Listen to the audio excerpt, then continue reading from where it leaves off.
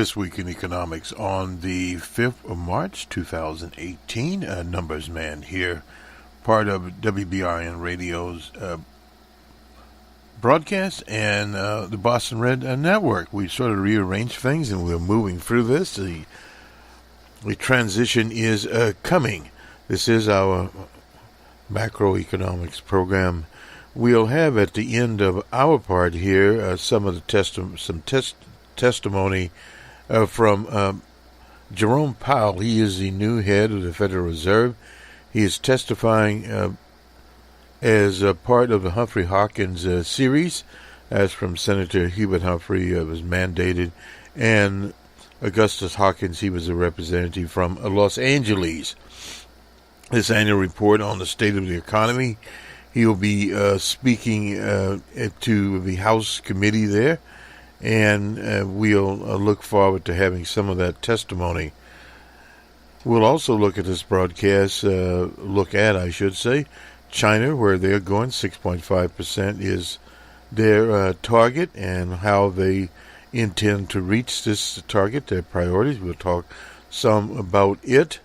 Brexit, we'll talk about Brexit also, highlight some of the problems, and also political problems in the EU, particularly in Germany, trying to find a coalition there. You have a hung parliament in Italy, political instability, and they talk about, in the literature and in the, I don't want to say common press, but in the press, you hear much about in emerging markets, particularly in some of the African nations, as far as governance is concerned, transparency, etc. Well, we have in Italy, there's not been a government there that has sustained or staying power, except maybe one or two, since the Great War, World War II. That's in the 40s. So we've had that sort of situation there. Is Italy an emerging country? No, it is part of the EU. It is there.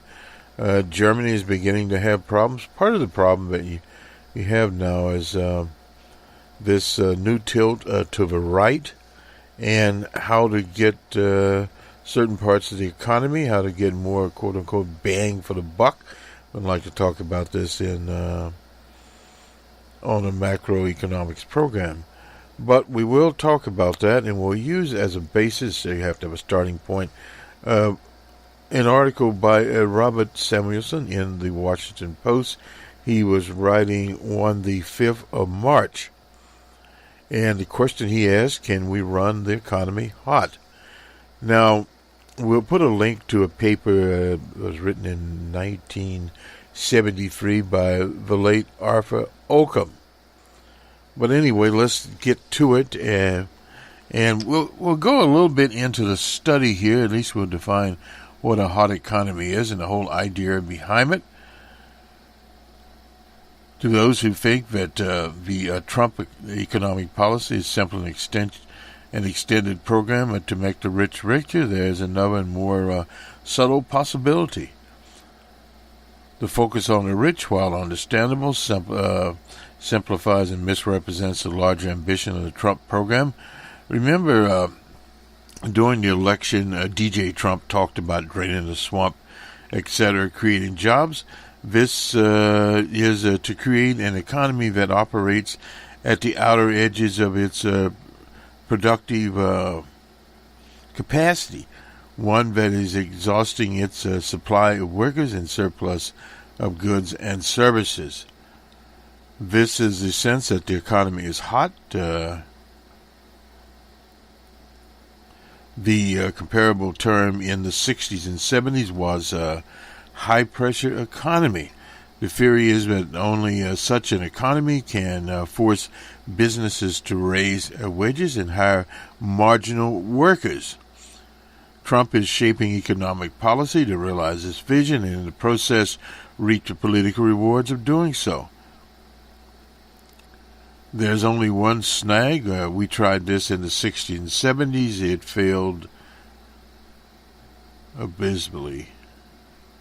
It led to double-digit inflation, frequent recessions, and a public demoralization. No matter, Trump is moving forward this sort of inflationary system by raising the economy's demand and constricting its supply. First, a large tax cut. We have that. We didn't really have now in the 50s and into the 60s. John F. Kennedy came with the first tax cut because after the Great War, that was World War II, taxes were very, very high. And he did have a tax cut, but nothing. We really didn't get the quote-unquote tax cut as we refer today under the administration of Ronald Wilson Reagan of California. Now, that was a tax cut, but we'll talk a little bit about this in a minute. First, pass on large tax cuts financed by borrowing. Now, Reagan did this in the 70s and nothing on the scale of today, the $1.5 trillion. That's over 10 years. And the second, increased government spending without, of course, offsetting a demand with higher taxes. The recent budget plan estimate to raise federal outlays by another $1.5 trillion over a decade. The third, reduction in government regulations. These are the same basic policies that are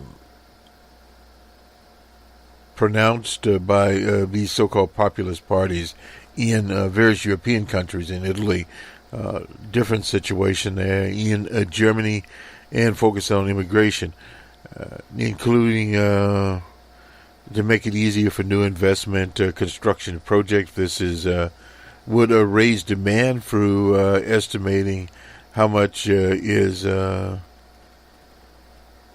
hard. The fourth, limit competition from foreign workers and businesses by restricting immigration imports.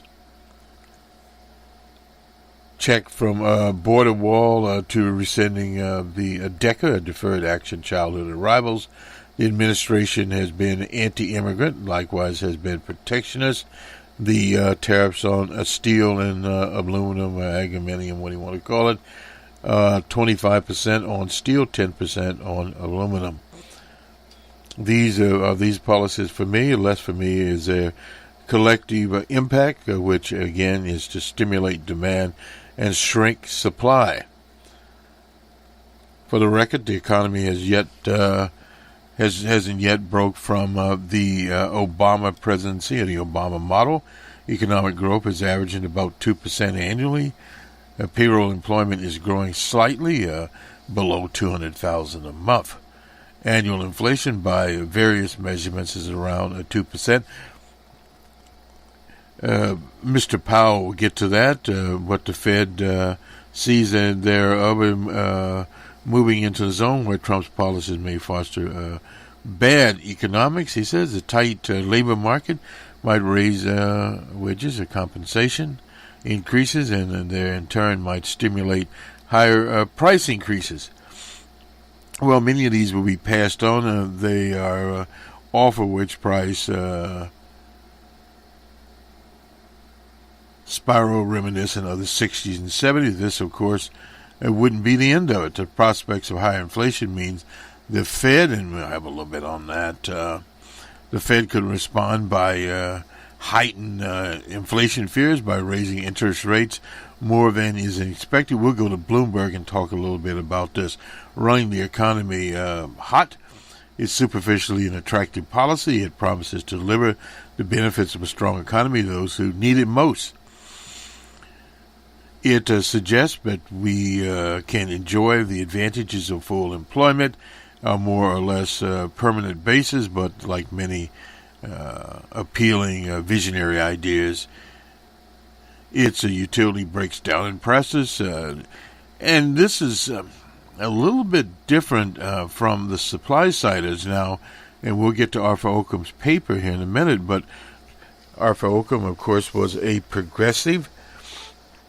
And one of the things to remember in the 70s, a much smaller economy, as it was in the 80s under Reagan.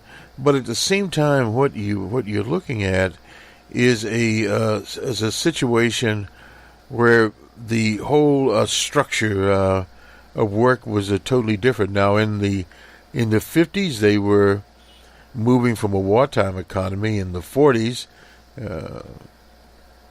45, 46, now you did have a recession in 48. That was under Harry S. Truman. But that was a big mobilization, industrial mobilization, where they had moved from an agrarian society primarily. During the Depression, you were still in an agrarian society, what they call the Great Depression, as opposed to Depression we had more recently here in the 2000s. But at the same time, the nation was different. The demographics of the nation was totally different. You had an apartheid system as far as African people were concerned in the 40s and into the 50s.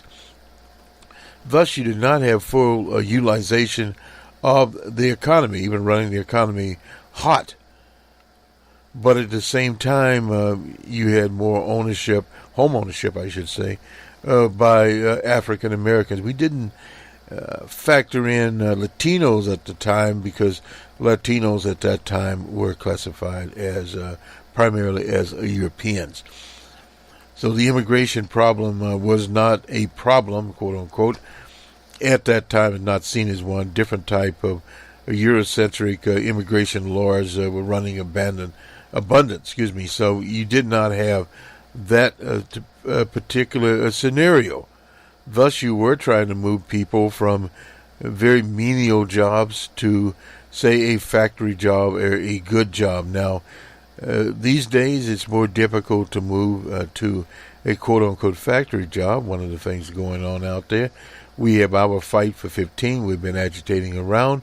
I read an article, incidentally, not get too much off here. We are all fast food workers now.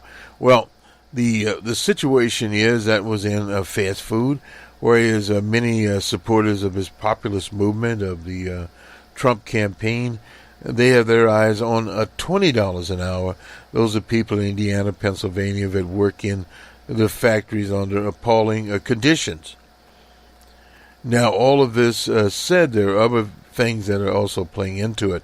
The protectionist programs as such, particularly on steel, what occurs on the ground, so to speak, is that you have many of these smaller factories, 500, 1,000 workers. It's not small anymore, but we don't have the tens of thousands or 10,000 people working auto plants. Now you're down to 3,000, 4,000, probably topping off, and it goes down there. But the specialty plants that roll the steel, they buy the steel from, say, Canada or Brazil or perhaps China or wherever. And they bring the product into the U.S., import the product into the U.S., and thus turn it into whatever product they make. Well, they buy it at a cheaper price, obviously in rolls, and then they deal with that part of it. But if that becomes higher and they're forced to rely upon steel mills within the U.S., which are highly automated. So in other words, if you exclude the so-called import of foreign steel, these plants at the present there, since they're highly automated, would not be adding hundreds of workers or thousands of workers, a few hundred workers here, a few hundred workers there, and perhaps build another plant. But at the same time, some of these other plants, specialty plants we'll call them, would be restricted or going out of business, such as what happened with Electrolux. That's I believe a Swedish company that has a plant in the southern part of the U.S., and they were going to expand it, and now they're not expanding it because steel would cost more. So this is something you did not have in the 50s, and in the 60s and in the 70s, you didn't have this kind of scenario happening. Thus, to try to run the economy hot, we talked about it in this broadcast in the aftermath of the Depression. the need to run the economy hot. That was the idea. That was to pull the slack out of the economy and run it at about 2.5% to 3%. But some of that slack has disappeared at this particular juncture, and it was not based upon the 50s scenario of just trying to move people to better jobs. We were trying to move people to jobs, which is a little bit different kind of a scenario there. But when you have, quote-unquote, your recovery, now you have 4.5% unemployment, 4.1% unemployment, and in many places less. But this has historically been the situation. In the Dakotas, they had it in Kansas, places like that, where 2% were. But again, there's not much expansion in those economies.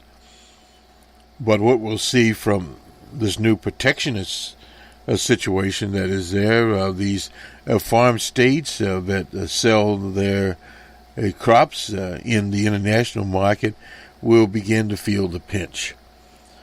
So in other words, you'll have some destabilization. You've not had this particularly in the 60s, and really in the 70s, when you started talking about selling grain, you were selling grain to the Soviet Union. And that was one of the big grain buyers there. The market was not as complicated. So in other words, you were in a different situation. Now with higher inflation, from the testimony given there by Mr. Powell, basically speaking, they would look at it, and that would be where, in words, if it did tend to get up a bit, and they would deal with some points. Let me just go to Arthur Ockham's paper here, and we're at the last part of it, actually. Talking, well, we'll do, let me just back up just a little bit here. This is some of the general discussion. Several of the participants questioned the permanency of upgrading bonuses, and you see bonus other benefits of high pressure discussion in the paper, and asked how Occam could distinguish between transitory effects of increasing utilization and the long-term effects of maintaining a higher level of utilization. R.J. Gordon here was pessimistic about the duration of the productivity bonus.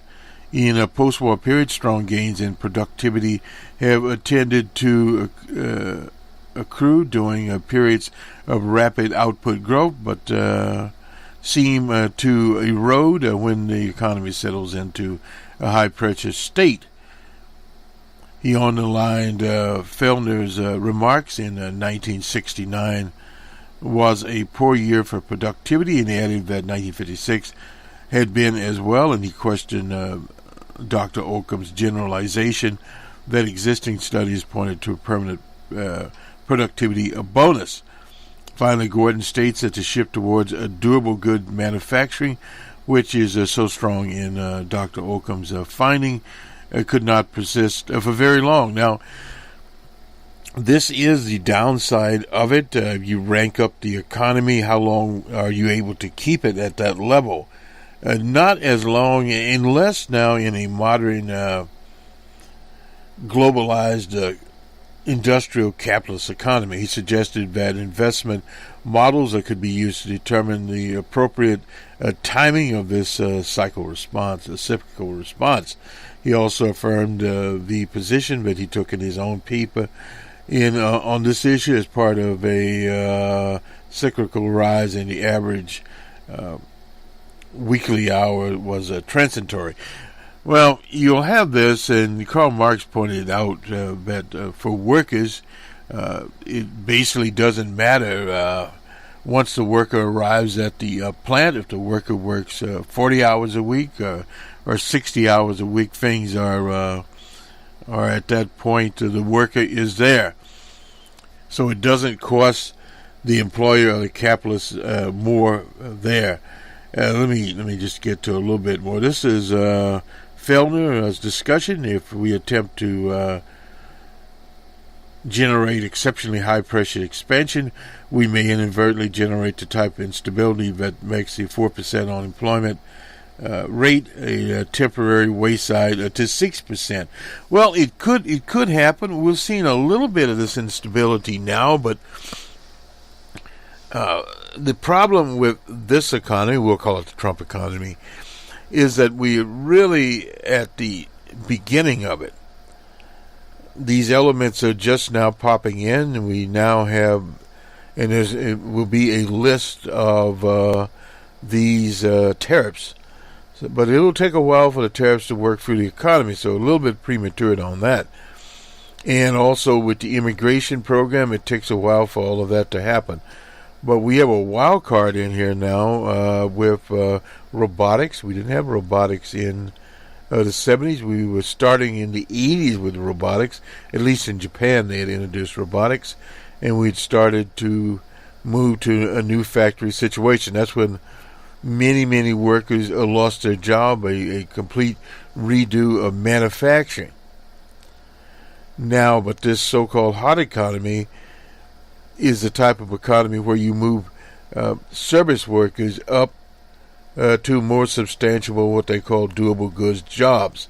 Now, that in itself is a different situation, and I can recall labor economists in the 80s talking about, well, the service economy, you have to make things, build things, or whatever to maintain, again, which you have to have a manufacturing economy. Well, in Silicon Valley, they prove you don't need a manufacturing economy. You don't need a real estate bubble. All you need is some innovation. Bill Gates proved that, and away we go. So in other words, things have changed, but can you sustain large numbers of people? The answer there is no. And so we're sort of backtracking this paper here. But if profits and profit expectations generally become more unstable, then the risks premiums involved in capital investment must rise, or put in another way, the rate of return required to encourage the investment in new facilities must rise, and if probability is not forthcoming, the ratio of plant and equipment and investments to GDP must, under these circumstances, be somewhat depressed, and consequently the growth in capital labor ratio must slow down, a development that in turn could impede the growth of Class A employment, and thus it's necessary condition for continuing the uptrend in Class A employment seems to be increasing cyclical stability of the economy. A significant increase in residual volatility of profits are to be avoided. Now, this is Arthur Occam, and we'll put this study here. We're backing in. Let's give you Greenspan's comments. My comments complement those of William Fellner. You heard about Phil, like him. I was intrigued by Occam's descriptive model of the labor market and skeptical of the implications Occam himself draws from it. Occam's concept of this is Class A, Class B employment, which he uses as a proxy for the continuum of personnel strategies described as an important process that has been underway for generations. Class A employment has been growing at as a proportion of the total labor force. Some very interesting questions arise in this paper. Is there a limit to growth of the proposition? What does this process imply about stabilization of policies? First, the main cause of upward trend in Class A employment must be the increase in capital labor ratio. That is, establishments with very complex equipment must have highly trained personnel, necessitating heavy training and other initial costs. In addition, layoffs involve very considerable costs to these firms, as Occam's insights much more than in Class B. As a result of the proportion of total wage bill that is a fixed cost is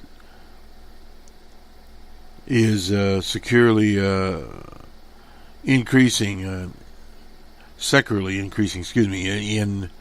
In term of the increase implies that if the vulnerability of national income is unchanged, the variability, the share of property income must increase the volatility.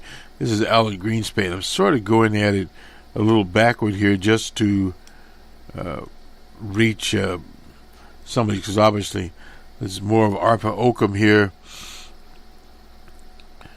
56 between 1956 and the present. Occam has argued elsewhere that such indications of relative tightness in recent periods as compared with 1956, 1957 make a performance, because in the meantime the occupational composition of the labor force has changed and the level of education has risen. This is potentially a valid objection, yet it would be possible to raise it also in 1965, when the facts would not have supported the practical import of this argument. In 1965, the kind of indicators to which I'm calling attention pointed to a slightly tighter labor market than in 56.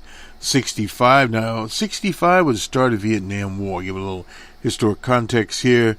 Performed well, as witnessed particularly by wage trends for non-union workers, but now unions were a greater in 1965 component of the total labor force. Their numbers were, I should say. The labor market was indeed tight in 1965. Thus, it seemed reasonable to expect that, given the present composition of the labor force, a policy aiming for maintenance of a 4% general unemployment rate would be greatly tighter. Certain major sectors of the labor market at 4%, individual employers would be strongly influenced by the risk of being unable to achieve their hiring objectives, except by bidding for scarce labor, even increasingly intensive. As compared with risk, most employers would associate a relatively small risk to accept an increase in inflationary wage cost developments. That is to say, in any given period, relatively little attention would be paid to the risk that monetary and fiscal policy would fail to vindicate increasingly inflationary cost trends. Revenue behavior in the labor market would be dominated by the risk of falling behind in the bid for workers. Now, you're seeing some of this now. I was tuned into a Cubs game today, and this was on a Chicago station. The game, of course, is being played in Arizona, spring training. But what was happening there, a local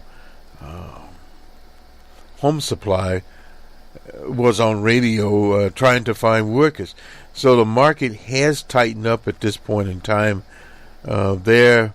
Now, the workers they were trying to find were workers that were paid less or about the same pay.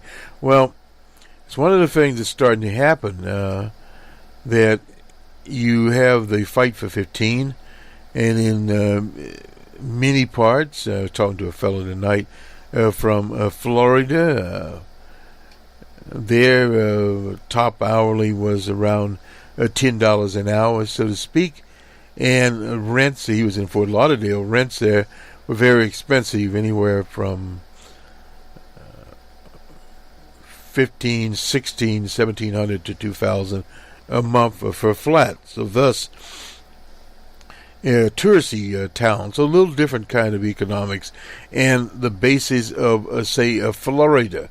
A lot of Florida is still agricultural. So you have to figure these things in as to where these economies, the same as you go across the Midwest. Illinois falls in there, Iowa, a lot of agricultural activities are there. And then if you skip across the country to, say, California, now a lot of that is domestically, the same as in Florida, it's consumed in the U.S. But also, if these tariffs go to various crops, we now get various kinds of fruits and vegetables out of Mexico, out of South America, etc., year-round. Thus, these things are some of the buying habits. So in other words, all this plays in very, very complicated economy. And you can understand Dr. Occam's paper here, and we will append it. Let me just go to the front of it here, and we'll finish this up. We won't spend a lot of time on his, but this is Dr. Occam at the Brookings Institute. Upward mobility in a high-pressured economy. The choice of an aggregate target of resource utilization remains one of the key issues facing policymakers and macroeconomists. Obviously, fuller utilization of labor and capital brings benefits in the form of extra income, output, and jobs. At the same time, it is a clearly impasse course by increasing inflationary tendencies. Various economies see these benefits and costs very differently. Henry Wallace once suggested that macroeconomics could be classified into the advance of high pressure and low pressure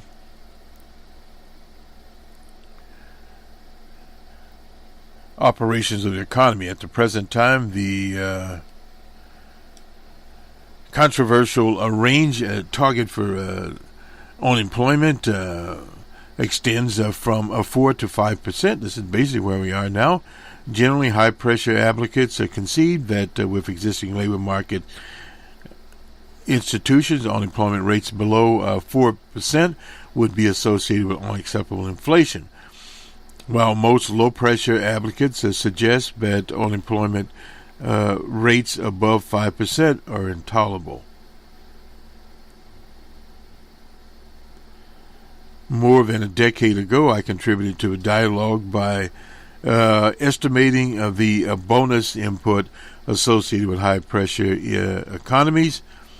I stressed them. I just finished just a little bit of this up here. The unemployment was merely the tip of the iceberg that forms in a coal economy. The difference between unemployment rates of 5 and 4% extends far beyond the creation of jobs for 1% of the labor force. The submerged part of the iceberg includes A, the addition of jobs for people who did not actively seek work in a slack market because non-effortless tech jobs tech jobs that become available. B, no longer work weeks reflect less part-time and more overtime work. C, extra productivity, more outcomes per man hour. Wouldn't have that now.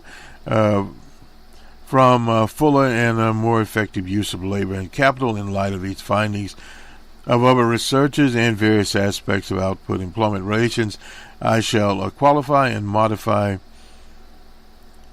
but basically reaffirm the 3-to-1 relationship that I initially estimated between the percentage increments in a real gross national product, GDP, and the percentage point reduction in the unemployment rate.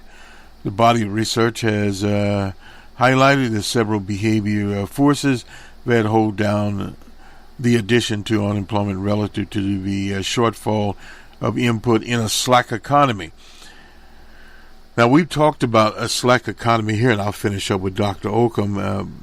For some time, we still do have some slack out there.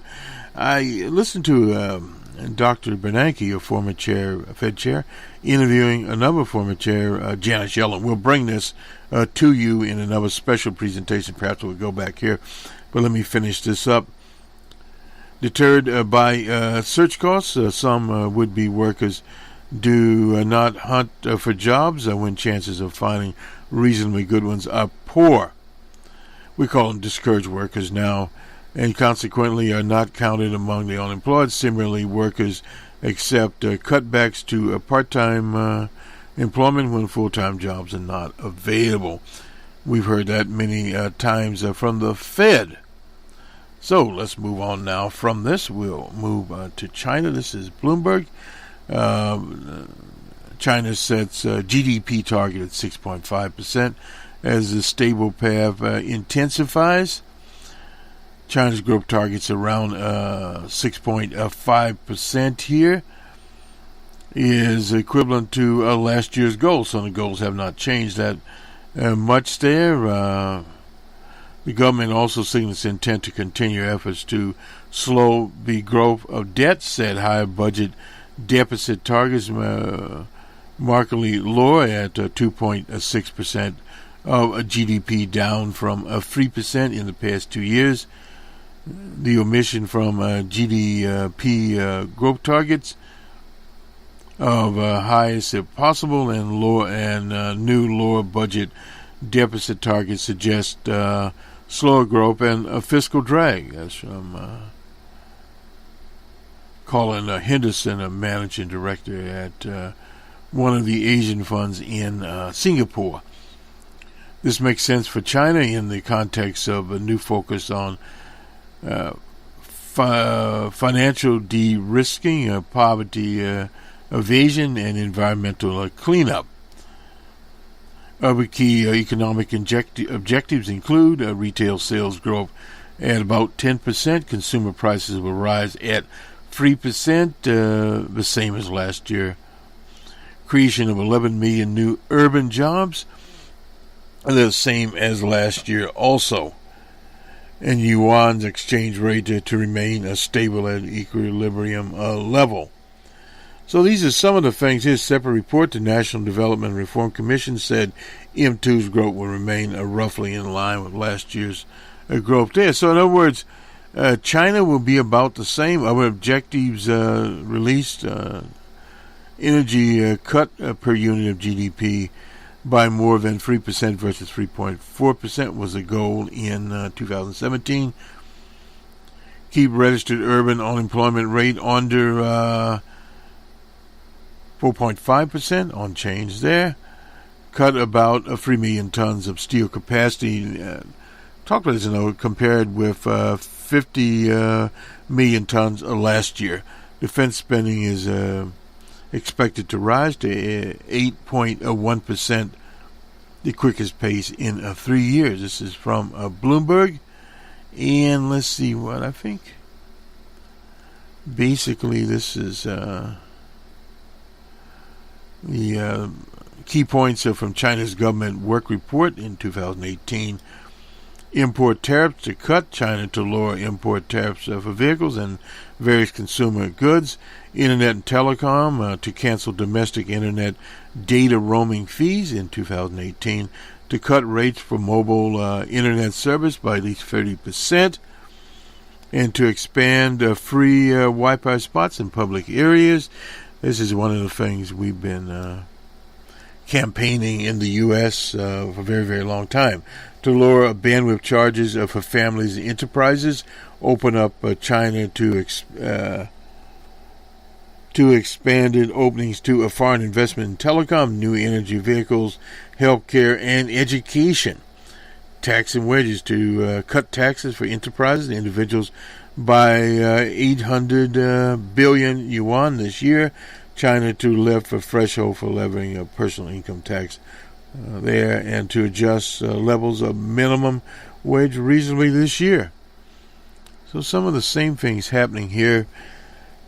China studied push forward legislation of property tax there to cut steel capacity, and we talked about this in the other report, by 30 million tons this year to remove 150 million tons of coal capacity. This is part of cleaning up the environment. China's overall economy, fiscal risk control to boost coordination of other financial regulators to totally able to prevent systemic risks and to improve regulations for shadow banking and internet financing.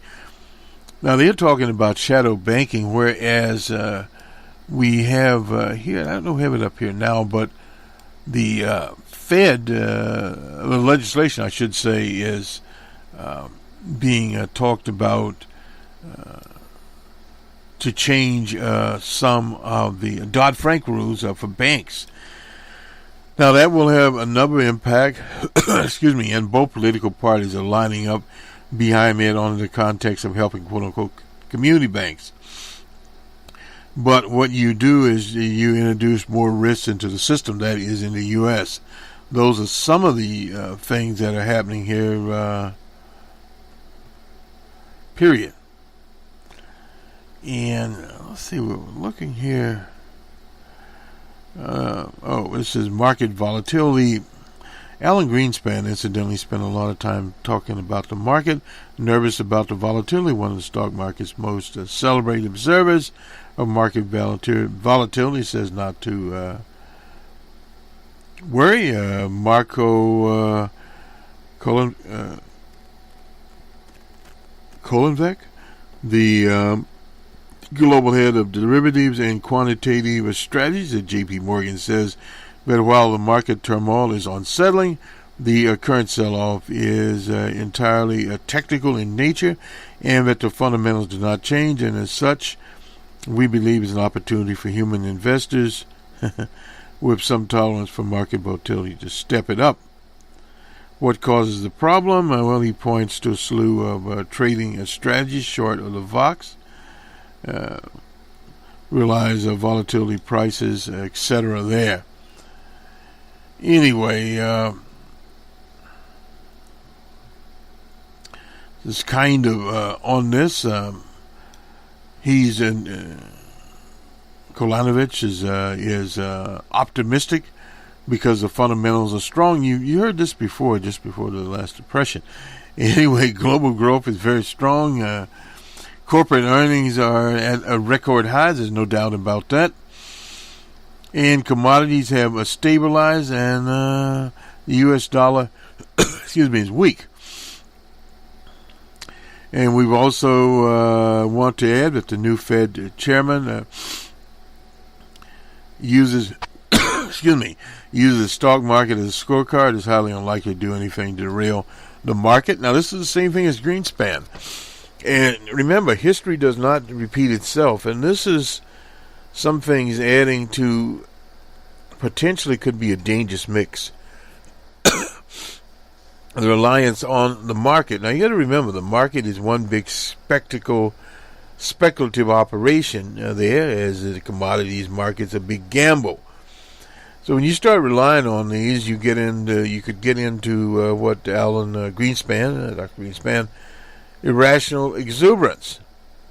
Well, we had some of that, and now we have these corporate profits that are up. An example of that, the retailer Best Buy closing all 250 of their small print mobile or smartphone stores because they're no longer needed. Now, those are changes there that are happening out there. But you see a lot of this going on. These redundancies made or layoffs made in smaller numbers. This one probably 1,000, 1,500, 2,000 workers nationwide would lose their jobs if there were 4 workers per store. Now, that is some of the slack. The mobile or smartphone market itself has been lower and lower. Now, this is an adjustment in the economy. What it also means is Apple will be selling less Apple phones. The Android people have taken that space off. In fact, this month coming to the U.S. is, what's it called? BTN. I may have this wrong, but they are a smartphone, a headset maker. They will have the new Android Oreo system, which is Android Go 8.2 or whatever, on the phone for less than $100. Now, it will not have all the bells and whistles of the latest Samsung $1,000 phone, but at the same time, it will have the latest Android system, which means improved speed. And also, it means that it can be, if you lose your internet connection, can restore that better cameras, etc. We'll have to get one in our pocket. So these are some of the things that are happening. Let me switch here and go to the BBC part of this and look at our time. Running a little longer here than we wanted to run. This is from Reuters. 2,500 GM workers in Korea have applied for voluntary redundancy packages. Korean workers being laid off because of adjustments in GM showed that over the long term, the automaker aims to cut 5,000 South Korean jobs, but to keep production. Study of Seoul agrees to a $2.8 billion proposal for loss-making operations. Under the redundancy package, which has an application deadline, well, it's already done, March the 2nd, workers are being offered 3 times their annual base salary, money for college tuition, and more than $9,000 towards a new car. That's the redundancy package they're getting. It didn't say anything about plans to hold another round of talks with the union. So cutbacks happening in Korea. Home builders share look attractive. Housing rebounds. This according to Barron's. We don't hear much from them anymore. Home improvement chain Lowe's also attractive according to an article there. The shares, though, fell last week at 2.5%. The estimates were weaker than estimated there, and this is what tends to happen. Now, this is steel. As winter curves in, China's aluminium, aluminum smelters have a new reckoning. We already talked about this, so we won't spend any time on it. From the BBC, a big headline here. China wants set by in a Trump trade war, and May gets down to business on Brexit. We'll look at these two briefly here. We're running a little late. Maybe we'll have to have Jerome Powell in a special broadcast. We'll do something different, I think. China vows retaliation if tariffs bite, and you can expect that to happen. We've had that before. China has warned that it does not want a trade war with the U.S., no doubt about it. Trump's, is all for it there. He's now after GM, after EU car makers.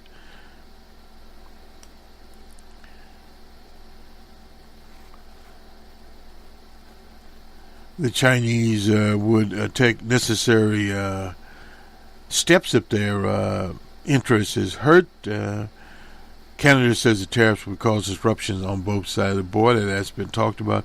The imports in steel,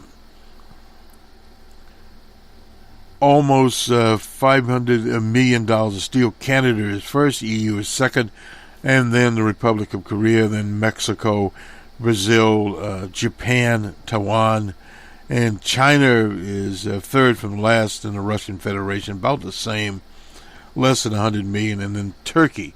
So it kind of shows you where steel is, would be there.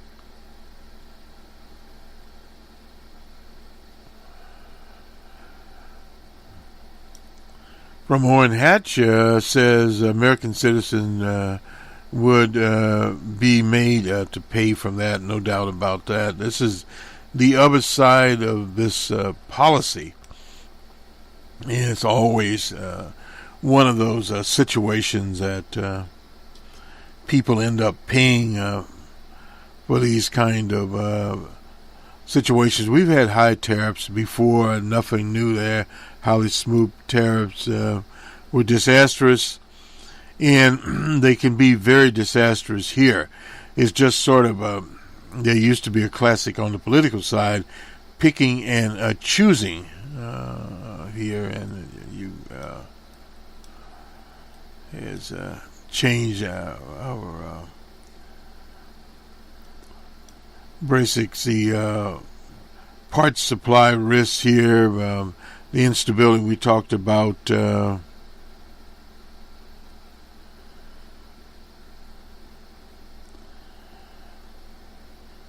Italian elections, that deadlock there. We don't really have anything on it at this at present time here. But what we do have is that this, here we go, May gets down to business. We'll do this one. Luxury labels in the closing line coming out of various African countries. We'll have that on Boston Red. We'll talk about that. But what basically what that symbolizes is, let me get May out of the way here.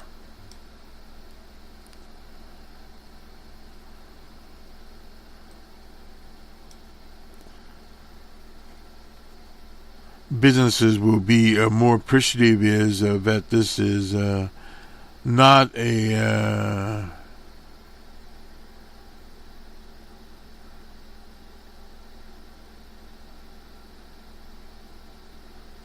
component of speech. It acknowledges that the scale and complexity of the task in hand and makes some pragmatic concessions to the realities of trade with the EU. Most of the concessions will please the business community, but some may not satisfy members of a party. That's the Tory party. Perhaps the most eye-catching passage for businesses was the Prime Minister's indication that the UK would be prepared to pay to remain a member of some of the EU's regulatory agencies, such as the EU Medicines Agency or the European Aviation Safety Authority. As regulations change, the EU Parliament would choose to enact identical laws or not. Some parliaments remain sovereign, but in practice would probably not use that sovereignty. New partnerships, the tone was strong on financial services. She said that London was the most important financial center in the world, and the UK taxpayers take a risk of being it's a home, so the UK could never be a rule taker. She called for collaboration. The objective framework was mutually agreed and permanent, which means the equivalency of which the EU already grants to some third countries.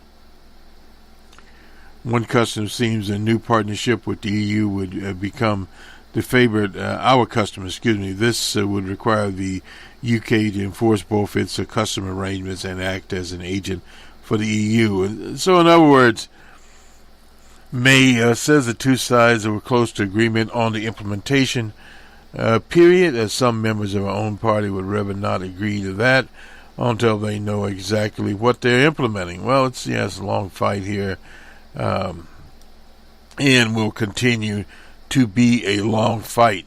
Let's do the numbers here, and hopefully we have the numbers in here.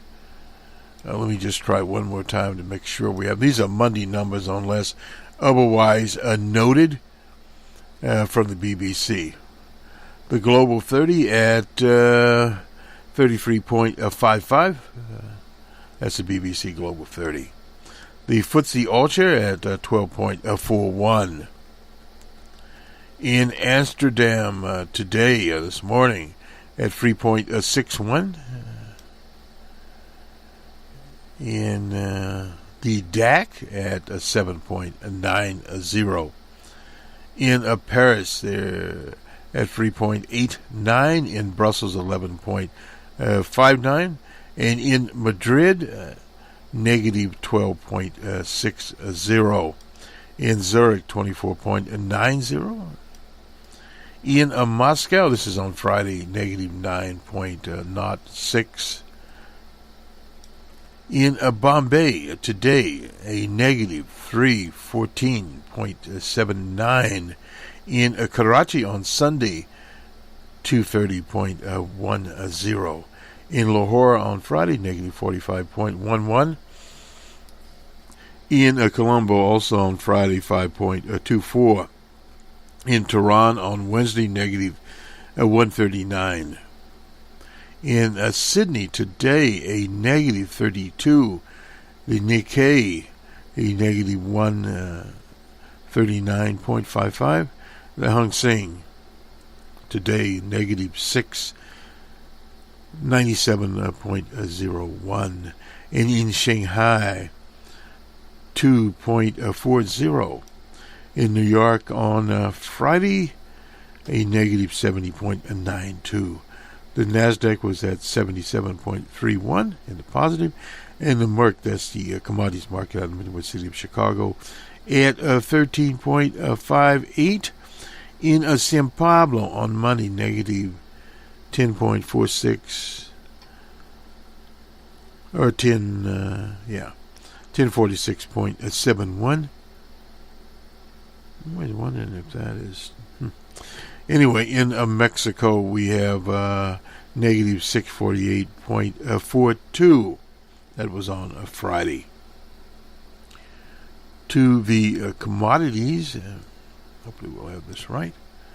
Brent crude futures at $64.66. It was up 29 cents. The spot at $63.83, up 54 cents. West Texas crude up 28 cents at $61.53, still too high in our opinion.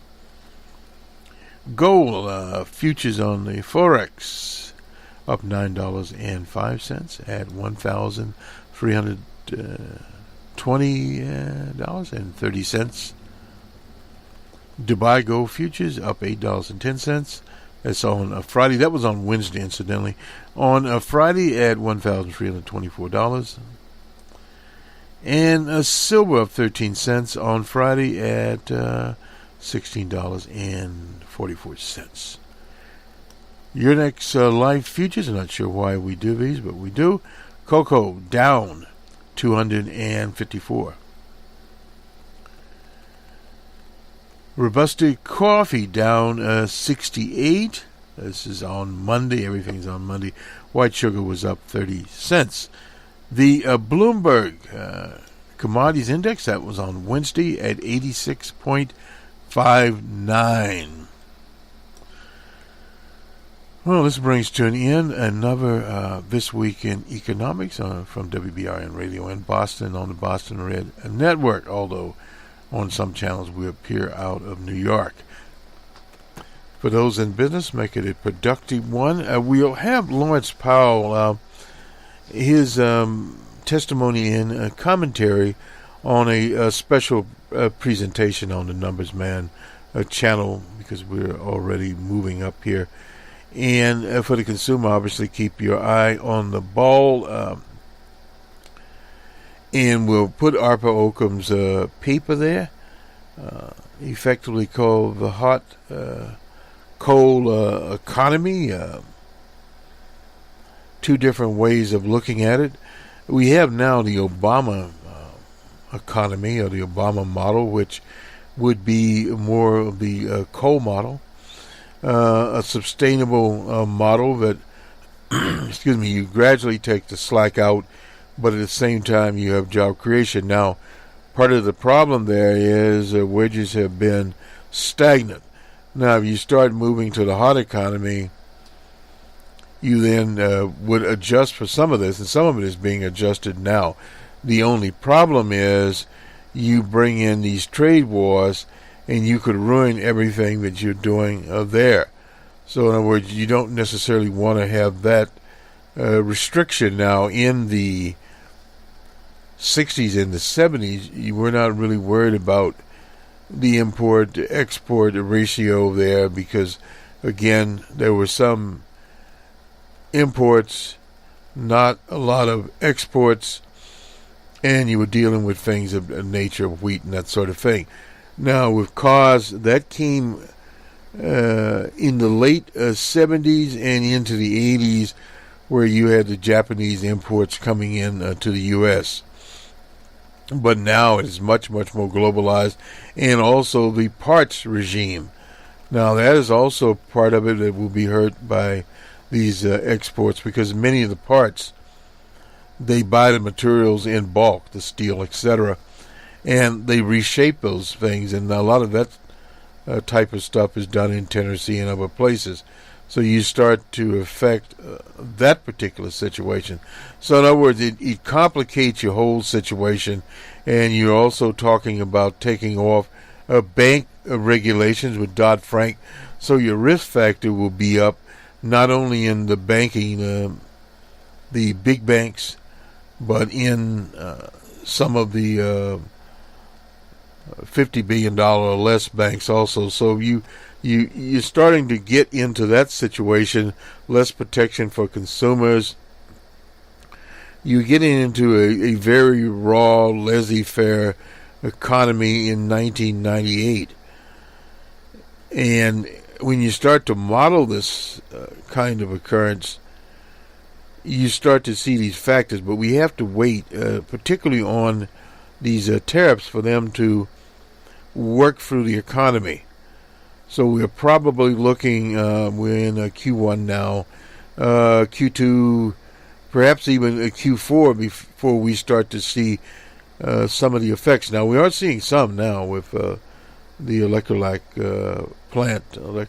plant, not expansion, but we'll see more of those, and we'll also look at similar situations happen with Best Buy and various others that are closing facilities, sort of like what happened with Walmart and their Sam's Club. You're seeing those. A lot of restaurants nationwide are closing up. We'll start to look at those. We get little bits and pieces, but we do have better instruments at our models. We start modeling for very small bits and bring those into a larger model, and we can look at the whole picture. Have a good week, everyone. We'll talk to you next week here. We will have some special programming covering Chairman Lawrence Powell of the Fed. Good day.